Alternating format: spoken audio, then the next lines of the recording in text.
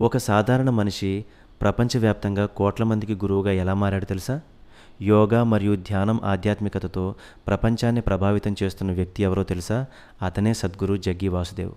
Friends, ఈరోజు మనం తెలుసుకోబోతున్నది సద్గురు జగ్గీ వాసుదేవ్ గారి జీవితం, ఇషా ఫౌండేషన్ ఎలా ప్రారంభమైంది, ఎందుకు ప్రపంచం మొత్తం ఆయన మాటలు వింటుంది అనే విషయాలను ఇప్పుడు తెలుసుకుందాం.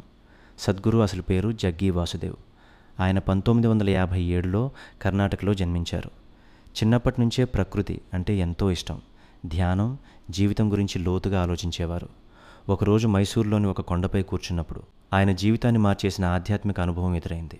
అప్పటి నుంచి తనకు తెలిసిన జీవన సత్యాలను ప్రపంచానికి చెప్పాలని నిర్ణయించుకున్నారు. 1992లో ఆయన స్థాపించిన సంస్థ ఇషా ఫౌండేషన్.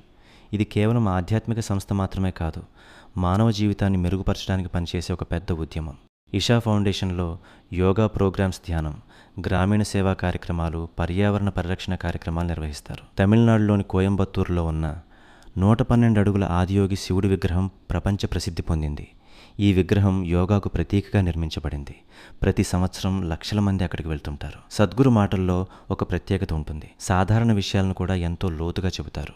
ఆయన చెప్పే ముఖ్యమైన విషయం ఏంటంటే, మన జీవితాన్ని మార్చేది బయట ప్రపంచం కాదు, మన ఆలోచనలు, మన అవగాహన. అందుకే యువత నుంచి పెద్దల వరకు చాలామంది ఆయన వీడియోలు చూస్తుంటారు. సద్గురు గారి మాటల్లో మీకు నచ్చిన విషయం ఏది? కామెంట్లో చెప్పండి.